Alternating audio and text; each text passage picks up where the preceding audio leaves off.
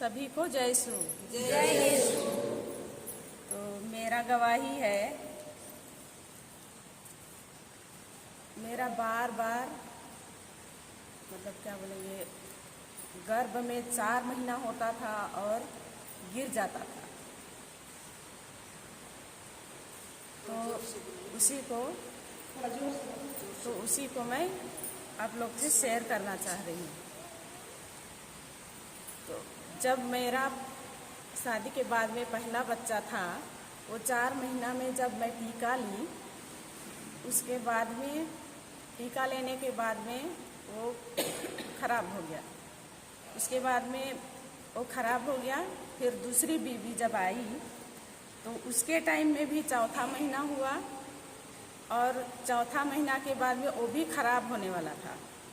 तो मेरे को तुरंत यहाँ अरिहंत हॉस्पिटल लेके गए और वहाँ पे एक इंजेक्शन दिए और वो ठीक हो गया।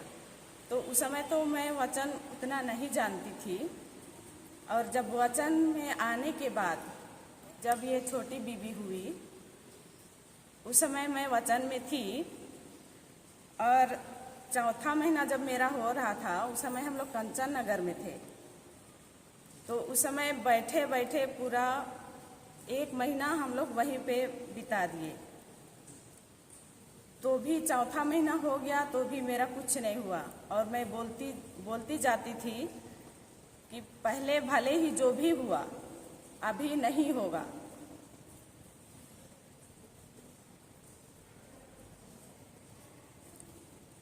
उस समय मेरे साथ प्रभु यीशु था, और प्रभु यीशु का जो वचन है वो मेरे साथ था। तो मैं बोलती जाती थी। मैं उस समय वचन बोल रही थी, पहला कुरिन्थी अध्याय 12 पद संख्या 27। मैं प्रभु यीशु ख्रीस्त की शरीर हूँ और मेरे शरीर में शैतान का कोई अधिकार नहीं है। इसी को मैं बार बार बोलते जाती थी। वहाँ हम लोग जब डिसाइपलशिप में बैठे थे तो इसी वचन को मैं बार बार बोलती थी, और मैं विश्वास की, और वो विश्वास मेरे को इतना पक्का कर दिया।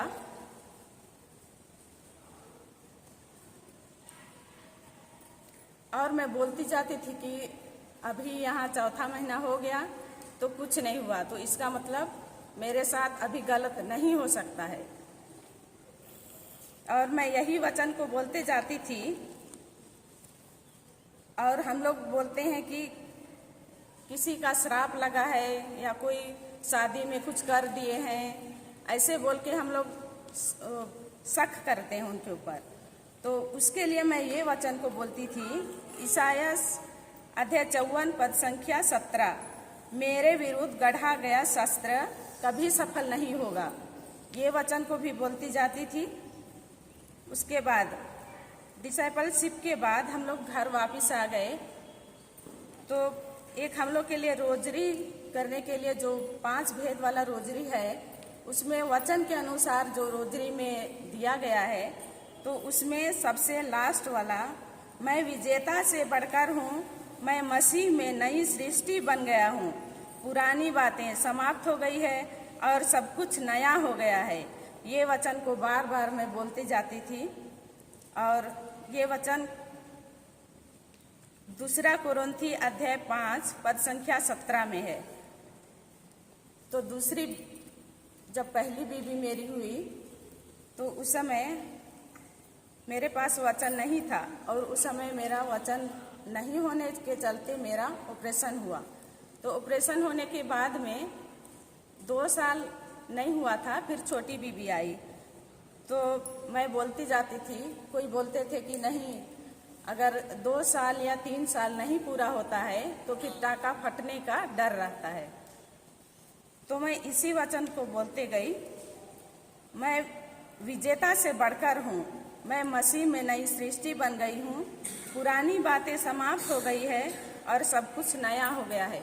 इसी वचन को बोलते जाती थी और बोलती थी कि मेरा जो टाका है, मेरा जो ऑपरेशन हुआ था, टाका लगा था, वो बिल्कुल मजबूत हो चुका है। प्रभु यीशु ने मेरा टाका जो है उसको एकदम मजबूत कर दिया है, बोल के मैं इसी वचन में लगे रहती थी।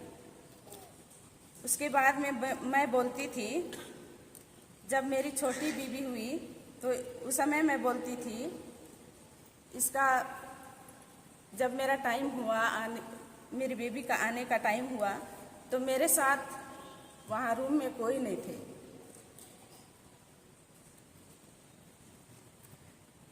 इनके पापा और मेरी बड़ी बेटी वो लोग अपनी नानी के यहाँ गए थे और मैं घर में अकेली थी और हम लोग 10 बजे तक बाहर ही बैठे थे। उसके बाद में बोले कि नहीं बहुत रात हो गया है, चलो सोने जाएंगे, खाना खाने जाएंगे, ऐसे कुछ बोलने लगे। तो फिर मैं भी अपने रूम में चली गई। जब खाना खाने बैठी तो उस समय दर्द शुरू हुआ तो फिर मैं बोलने लगी, बाप रे आज ही मेरा टाइम है और मेरे साथ अभी यहाँ कोई नहीं है।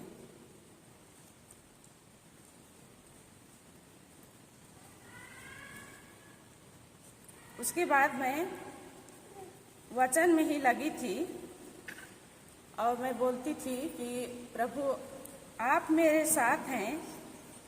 तो इसमें मैं ये वचन को बोली, डरो मत, मैं तुम्हारे साथ हूँ, चिंता मत करो, मैं तुम्हारा ईश्वर हूँ, मैं तुम्हें शक्ति प्रदान कर तुम्हारी सहायता करूँगा। 41 ईसायास अध्याय 41 पद संख्या 10 में है ये वचन। तो मैं यही वचन को बोलते जाती थी और पूरा रात में मैं किसी को नहीं बताई। 10 बजे शुरू हुआ लेकिन मैं किसी को नहीं बताई। फिर उठते बैठते ही रही, मैं किसी को नहीं उठाई। मैं फिर जब 3 बज गया उस समय दर्द थोड़ा ज़्यादा लगा तो फिर मैं मेरी माँ को कॉल की, फिर उसको बताई कि माँ आप मेरे पास आ जाओ ऐसे करके। तो बोली कि नहीं, गुड़िया के पापा हैं कि नहीं, बोली। तो मैं बोली वहीं से वापस नहीं आए हैं। तो मेरे मामा गांव में उन लोग थे। उसके बाद में मेरी माँ बोली ठीक है, उन्हीं लोग के साथ मैं आ जाती हूँ। फिर उन लोग 7 बजे तक पहुँच गए। तो मेरा दर्द 4 बजे तक एकदम मतलब नहीं सहने जैसा हो गया। तो फिर मैं वहाँ जितने हम लोग के रूम अगल बगल रहते हैं उनको मैं कॉल करके देखी तो वहाँ हम लोग के बगल में थे उन लोग।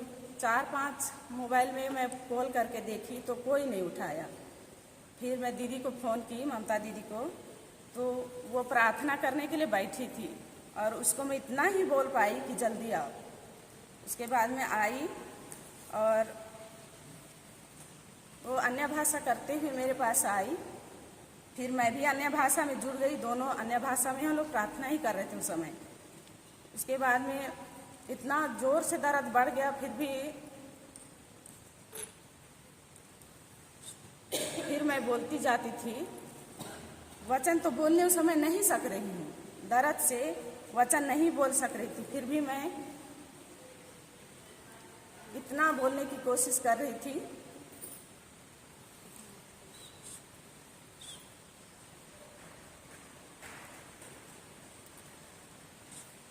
जितना दर्द मेरा बढ़ते जा रहा था उतना ही मैं चिल्ला चिल्ला के बोल रही थी कि धन्यवाद प्रभु यीशु, धन्यवाद प्रभु यीशु।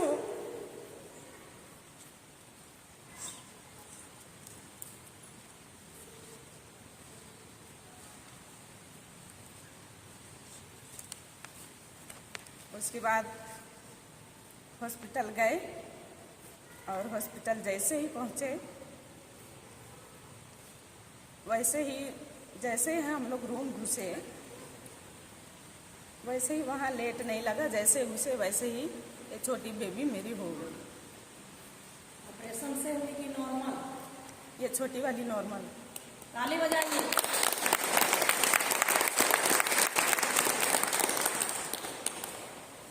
उसके बाद जब हम लोग घर वापस आ गए तो हम लोग के अगल बगल में जो भी थे तो मैं तो सोच रही थी कि शायद बच्चे लोग का आँख मतलब पीला पीला रहता होगा, क्योंकि बड़ी बेटी जब मेरा मतलब नॉर्मल नहीं हुआ था, उसका ऑपरेशन हुआ था, तो मैं सोची शायद होता होगा, इसीलिए मैं किसी को कुछ नहीं पूछी। मेरे को दिख रहा था कि उसका आँख में पूरा एकदम पीला पीला। फिर ममता दीदी भी गई, उसके बाद में देखी और इसको भी साहस नहीं हुआ मेरे पास कि बच्ची का में पीलिया है कि क्या है, डॉक्टर को दिखाओ कि ऐसे, ये भी कुछ नहीं बोल पाई मेरे को। और जो बगल में जो मम्मी रहती है वो भी नर्स है, वो भी देखी, वो भी मेरे को बोल नहीं पाई कि डॉक्टर के पास लेके जाना, दिखाना। बच्ची का आँख में इतना पीला पीला क्यों है, शायद पीलिया तो नहीं हो सकता है, ऐसे दोनों के मन में आया, लेकिन ये लोग मेरे को नहीं बोले। फिर मैं वचन बोलते जाती थी। जब भी इसको मैं धूप दिखाने के लिए निकालती थी तो ये लोग पहले बोले थे कि बच्ची का आँख पीला पीला है तो ऐसे क्यों है, ऐसे टाइप से बोले थे, तो लेकिन पीलिया है बोलने नहीं पाए लोग। फिर मैं बोलते जाती थी कि मैं तो नहीं जान रही प्रभु क्या है, पीलिया है कि नहीं है, उसको मैं नहीं जान रही हूँ, तो आप ही जान रहे हैं।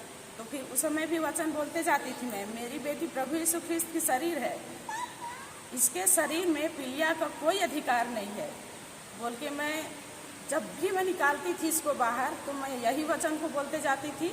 और 1 हफ्ता के अंदर इसका आँख बिल्कुल साफ हो गया। धन्यवाद प्रभु।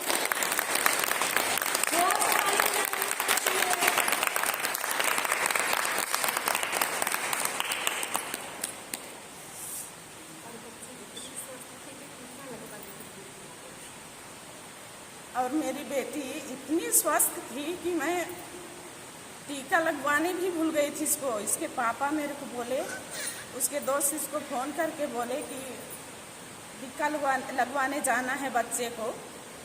तो फिर अचानक से मेरे को बोले कि अरे तुम टीका लगवा रही है कि नहीं, ऐसे करके बोले। तो मैं बोली हाँ, मैं तो एकदम उस समय एकदम अचंभा हो गई। फिर मैं बोली 2.5 महीना हो गया, मैं तो इसको टीका भी नहीं लगवाई हूँ, तो पता नहीं क्या बोलेंगे नर्स लोग बोल के फिर लेके आई। तो बोली कि कोई बात नहीं, पहले मतलब जन्म के बाद में जो टीका लगा था तो अभी दूसरा टीका से शुरू होगा, ऐसे बोल के बोले। फिर अभी दूसरा टीका से शुरू हुआ, तब से इसको अभी टीका लगवाने के लिए लेके आती हूँ। तो ये तो रहा मेरा और मेरी बेटी का गवाही। तो अभी 2 तारीख मेरी देवरानी की यहाँ नवापरा हॉस्पिटल लेके आए थे, उसके अभी मतलब बेटा हुए हैं, तो उसका गवाही भी मैं बताना चाहूँगी। तो उसको हम लोग 9:30 बजे आसपास यहाँ नवापरा लेके आए। फिर उसका दर्द भी वही 3 या 4 बजे शुरू हुआ। फिर उसको भी मैं बोली कि तुम मत घबराना, उसको एकदम सांत्वना देने लगी कि मेरे साथ प्रभु यीशु है तो मेरे विरुद्ध कोई खड़ा नहीं हो सकता है बोल के तू वचन बोलते रहना, बोली उसको। और वो वैसे ही बोलते गई। जब भी उसका दर्द एकदम जोर से आता था तो वैसे ही बोलती थी वो। फिर नर्स लोग बोल रहे हैं पता नहीं हो पाएगा कि नहीं, हो पाएगा कि नहीं। तो मैं बोली, उस समय मैं उसको बोलने लगी, उस समय दीदी भी आई थी। तो उस समय हम लोग बोले क्योंकि ईश्वर के लिए कुछ भी असंभव नहीं है। तो हम लोग के लिए तो असंभव है, लेकिन ईश्वर के लिए कुछ भी असंभव नहीं है। इसी वचन को बोलने बोली और वो इसी वचन को बोलते गई। और जो नर्स थी वो बोल रही थी कि यहाँ पे अभी डॉक्टर लोग नहीं है। तो डॉक्टर मतलब नर्स जो थी वो मैं बस हूँ और यहाँ पे कोई नहीं है, ऐसे टाइप से बोली। तो हम लोग थोड़ा हताश हो गए थे, लेकिन फिर भी हम लोग बोले कि नर्स लोग नहीं है, लेकिन आप हम लोग के साथ हैं, इसीलिए हम लोग को घबराने की कोई ज़रूरत नहीं है। हम लोग ऐसे बोले और उसको मैं बोलते गई।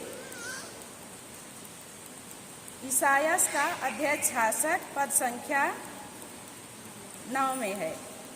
उसमें है प्रभु यीशु उसमें बोलते हैं कि यदि मैं गर्भ में धान दे सकता हूँ तो क्या समय पूरा होने पर मैं उसका द्वार बंद कर दूँ। उसमें हम लोग को सवाल पूछा गया है। तो मैं उसी वचन को उसको बोली कि यीशु ऐसे बोले हैं तो वो ज़रूर आपका द्वार मतलब समय पूरा होने पर आपका द्वार ज़रूर खोलेंगे। और मैं उसको वही बोलते गई और वो भी बोलते गई। और वो तो बोल रही थी कि मैं नहीं सकूंगी, चलो मेरे को जिला हॉस्पिटल लेके चलो, मैं ऑपरेशन होना चाहती हूँ। तो मैं बोली नहीं, ऑपरेशन नहीं होगा। उतना दर्द सहने के बाद में अभी 1 घंटा या आधा घंटा जो भी बचा है, तो क्या तू मतलब ज़िंदगी भर के लिए ऑपरेशन होगी, उसके बाद में दर्द सहेगी क्या है, तो इसके लिए तुम नॉर्मल होगी वही अच्छा है। और डॉक्टर लोग बोल रहे हैं कि नॉर्मल हो जाएगा, तो तुम क्यों ऑपरेशन करना चाहती है? तो फिर वो भी बोलने लगी कि मैं ऑपरेशन अब नहीं करवाऊंगी। और वो भी वचन बोलते गई। मैं उसको बोली कि मैं प्रभु यीशु ख्रीस्त की शरीर हूँ, मेरे शरीर में जो भी रुकावट की दुष्ट आत्मा है उसको मैं जड़ से उखाड़ती हूँ और समुद्र में फेंकती हूँ। ऐसे वचन बोली और वही वचन बोली। और वो जो भी छोटे बड़े गलती की थी उसके लिए वो एकदम रो के एकदम उस समय पछताने लगी और बोली कि प्रभु मैं जो भी छोटी बड़ी गलती की हूँ, किसी से भी नाराजगी है, किसी से भी दुश्मनी है, उनको सबको क्षमा करती हूँ, ऐसे बोली। और वहाँ नर्स लोग एकदम लास्ट समय में एकदम थक गई थी वो। फिर लास्ट समय में मैं बोलने लगी कि पता नहीं यहाँ पे अभी डॉक्टर लोग भी नहीं है और नर्स लोग भी बोल रहे हैं कि अभी इधर नहीं आएंगे, तो पता नहीं कैसे होगा। तो फिर मैं एक बार का तो घबरा गई थी। फिर मैं बोली आपका वचन तो आपने तो कहा है, डरो मत मैं तुम्हारे साथ हूँ, चिंता मत करो मैं तुम्हारा ईश्वर हूँ, तो हम लोग किस बात के लिए चिंता करें, ऐसे बोली। और दोनों मैं अन्य भाषा में बोलती गई और मेरी जो देवरानी है वो वचन बोलते गई कि मेरे विरुद्ध, उसको बोली कि मेरे विरुद्ध जो भी अस्त्र शस्त्र गढ़ा गया वह कभी सफल नहीं होगा, ये वचन को भी बोलने बोली। और वो ऐसे ही वचन बोलते गई। और उसका जो लास्ट समय था उस समय 4 या 5 वहाँ नर्स लोग पहुँच गए। उसके बाद में उन लोग बोले कि अगर तुम नहीं सक्रिय तो हम लोग हेल्प करते हैं। और उन लोग आए और मतलब जैसे बन पड़ा वैसे ही उसका हेल्प किए और एकदम अच्छे से उसका भी अभी मतलब नॉर्मल हो गया।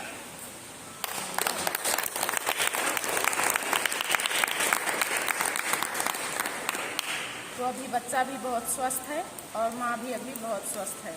तो मेरा गवाही इतना ही था। ईश्वर के लिए सब कुछ पुरोहित भाई लोग, जो हमारे पल्ली पुरोहित हैं, सहायक पुरोहित हैं, फादर अवीरा हैं, जितने लोग हम हिस्सा करते हैं, सब दिन वचन बता रहे हैं। परिवार में 7 आदत जो छोटा छोटा है, रोज करो। आज भी बोल रहे थे फादर, एक कान से सुनते हैं दूसरा से निकाल देते हैं। जब तक अपना नहीं बनाएंगे होगा अपना। ये जो बहन है ये अपना बनाई तब तो इसका नॉर्मल डिलीवरी हुआ है कि नहीं? वो तो डिलीवरी के क्षेत्र में हमारे परिवार में बहुत सारा क्षेत्र है कि नहीं, जहां हम फंसे हुए हैं कि नहीं? तो सारी समस्याओं का हल किसमें है?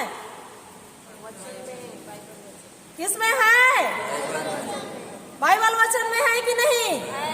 तो उसको अपना बनाना है कि नहीं? बनाना है। हमारे बिशप स्वामी अपना बना देंगे हमारे लिए, तो किसको अपना बनाना है?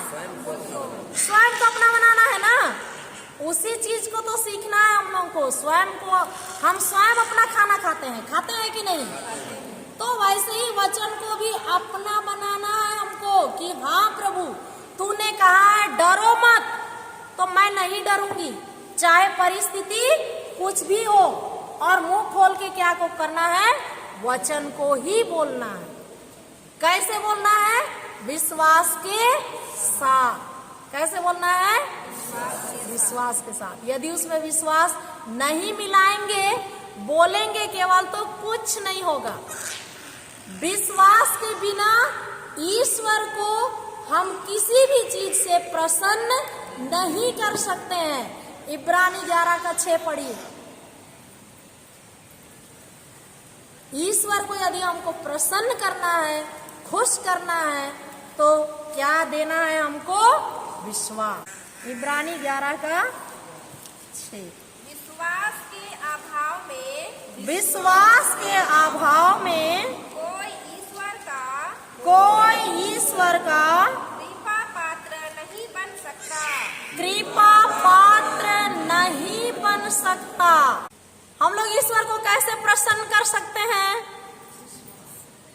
कैसे प्रसन्न कर सकते हैं? थक गए? जो सो रहे हैं सब बोले हालेलुया।